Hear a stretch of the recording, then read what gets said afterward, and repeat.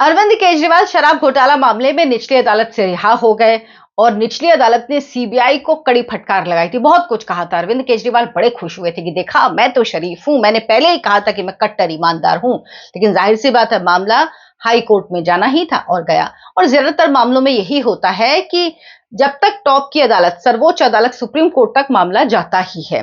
अब जब high court में सुनवाई होने लगी इस मामले की, तो जस्टिस स्वर्णकांता शर्मा की अदालत में इस मामले को लगाया गया। और रोस्टर कौन तय करता है? ये तय करते हैं दिल्ली हाई कोर्ट के जो चीफ जस्टिस होते हैं वो, कि किस जज की अदालत में कौन सा मामला जाएगा। तो जस्टिस स्वर्णकांता शर्मा की अदालत में मामला गया। जैसे ही मामला गया, अरविंद केजरीवाल ने तुरंत कहा कि भाई वो तो बायस्ड है और मेरा किसी जो बायस्ड ना हो ऐसी अदालत में मामला लगना चाहिए। अरविंद केजरीवाल ने पहले ही तय कर दिया। उसके बाद उन्होंने एक याचिका दी हाई कोर्ट के चीफ जस्टिस को कि मेरा मुकदमा किसी और की अदालत में लगाया जाए। उन्होंने मना कर दिया कि ऐसा नहीं होता, रोस्टर के अनुसार होगा और ऐसे। उसके बाद उन्होंने जस्टिस स्वर्णकांता शर्मा की अदालत में ही इस मामले को लगाया कि भाई आप हमारे मामले की नहीं सुनवाई कर सकते, और बोले कि इस मामले की मैं खुद पैरवी करूंगा। केजरीवाल ने क्या कहा? केजरीवाल ने कहा कि आप जो हैं वो राष्ट्रीय स्वयं सेवक संघ से, जो आरएसएस से जुड़ा हुआ अखिल भारतीय अधिवक्ता परिषद है, उसके कार्यक्रम में जा चुकी हैं, और इसीलिए मुझे ऐसा लगता है कि आप आरएसएस के प्रभाव में हैं और मैं आरएसएस के विचारधारा के एकदम खिलाफ हूं, इसीलिए आप मेरी बात नहीं सुन सकती, आप मेरे कोर्ट में नहीं सुन सकती। ऐसा तो बहुत होता है। लेफ्टिस्ट भरे हुए थे। किसी ने आज तक कहा अरविंद केजरीवाल अलग माहौल बनाते हैं। जो राष्ट्रीय ये अधिवक्ता संघ है, भारतीय अधिवक्ता परिषद है, ये दरअसल क्या है? ये वकीलों का एक संगठन है। ये लोगों को इस पे राय देना, जो लीगल राय देना, उनके केसों को, उनको मदद करना, लोगों को ये काम करता। और जो जस्टिस स्वर्णकांता शर्मा गई थी जिस कार्यक्रम में, वो क्या कोई राजनीतिक कार्यक्रम था? नहीं, वो एक लीगल कार्यक्रम था, उसमें वो गई थी पार्टिसिपेट करने, और उसमें उन्होंने पार्टिसिपेट करा।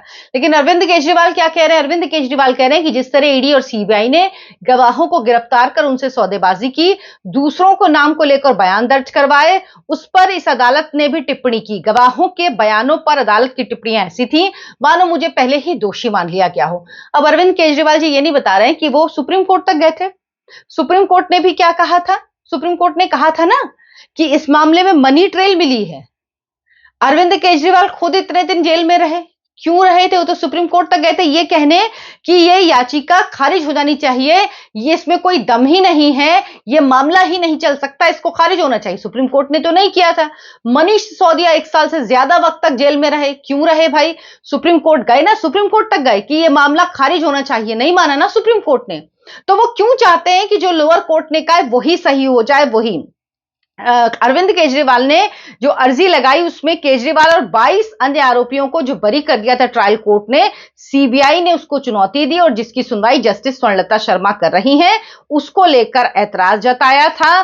कहा 9 मार्च को जस्टिस शर्मा ने आदेश का जो वो हिस्सा था, जो सीबीआई के लिए कहा गया था, जिसमें जांच अधिकारी के खिलाफ विभागीय कार्रवाई की बात की गई थी, उस पर रोक लगा दी थी।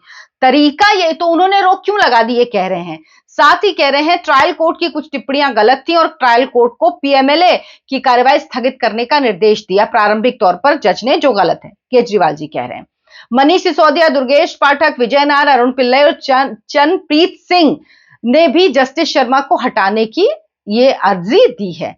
अब जस्टिस शर्मा का कहना था कि मैं जिस कार्यक्रम में गई वो कोई राजनीतिक कार्यक्रम नहीं था, मैंने कोई राजनीतिक बात नहीं की। तो आप ये कैसे कह सकते हैं? सबसे बड़ी चीज की कंटेम्प्ट है कोर्ट का। इस तरह से आप कोर्ट को नहीं, यानी ये पहले ही मान के बैठे हो कि कोर्ट बायस है और ये कोर्ट आपका मामला नहीं सुन सकता। ये वाकई कंटेम्प्ट का मामला बनता है, और आपको जज की इंटेग्रिटी पे आप सवाल उठा रहे हो। अगर ऐसा कुछ होता है तो जज अपने आप से अलग हो जाते हैं। और लेकिन अरविंद केजरीवाल ने कहा कि मनीष सिसोदिया के केस में सुनवाई बहुत तेजी से हो रही है, ऐसी गति किसी और केस में नहीं दिखती है। दोनों ही केस विपक्षी नेताओं से जुड़े हैं। अब बताइए, मतलब अगर जल्दी कार्रवाई हो रही, कह रहे हैं कि कोर्ट जल्दी सुन रही है, इसमें भी उनको परेशानी है। कोर्ट जल्दी क्यों सुन रही है? मतलब उनको लगता है कि नहीं नहीं, जल्दी नहीं होना चाहिए। वो कह रहे हैं कि सीबीआई और ईडी की हर दलील मान ली जाती है, हर आदेश मान लिया जाता है, सिर्फ एक मामला अलग लग रहा है, ईडी या सीबीआई कुछ भी कहती है उसे स्वीकार कर लिया जाता है। भाई आधार देती है। दरअसल अरविंद केजरीवाल जी चाहते हैं कि मुझे कह दिया जाए कि मैं एकदम ठीक हूं। केजरीवाल जी को जवाब देना चाहिए ना कि वो 156 दिन और सिसोदिया 530 दिन तक जेल में कैसे रहे। मतलब तकरीबन समझ लीजिए 2.25 साल मनीष सिसोदिया जेल में रहे और अरविंद केजरीवाल 156 दिन, उन्हें मुख्यमंत्री का पद, उसके वो वहां से मुख्यमंत्री बने रहे। सोचिए।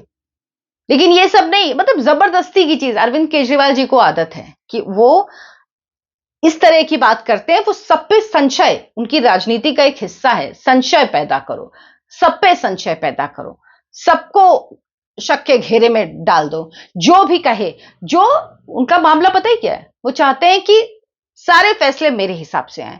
वो चाहते हैं दरअसल अरविंद केजरीवाल जी कि जो मेरे मामले में जो जजों का रोस्टर है वो हाई कोर्ट के चीफ जस्टिस ना तय करें, वो खुद मैं तय करूं कि कौन जज मेरा मामला सुनेगा।